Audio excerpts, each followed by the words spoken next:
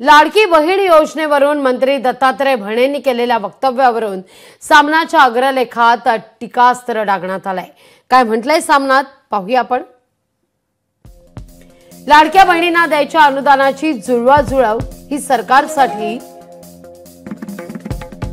आणि इतर खात्यांच्या निधीची पळवापळव मंत्र्यांसाठी डोकेदुखी ठरलेली आहे। मंत्री दत्तात्रय भरणे यांनीही ती आता जाहीरपणे बोलून दाखवली आहे। भरणेंच्या वेदनेवर अजितदादा कोणती गोळी देऊन फुंकर घालतात हे दिसलंच। बहिणींसाठी लाडकी ठरलेली योजना सरकारमधील मंत्र्यांकरता दोडकी ठरू लागली आहे हे नक्की। धरलं तर चावतं आणि सोडलं तर पळतं या म्हणीचा वापर करत सामनातून टीकास्त्र डागण्यात आलाय। अशी स्वतःची अवस्था करून घेणाऱ्यांबद्दल काय बोलायचं असं देखील सामनात म्हटलंय। हा प्रश्न असला तरी त्यामुळे राज्याची आर्थिक शिस्तीची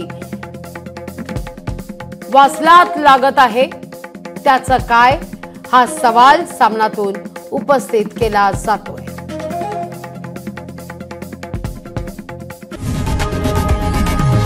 लोकशाही मराठी ऐका, पहा, जागरूक रहा।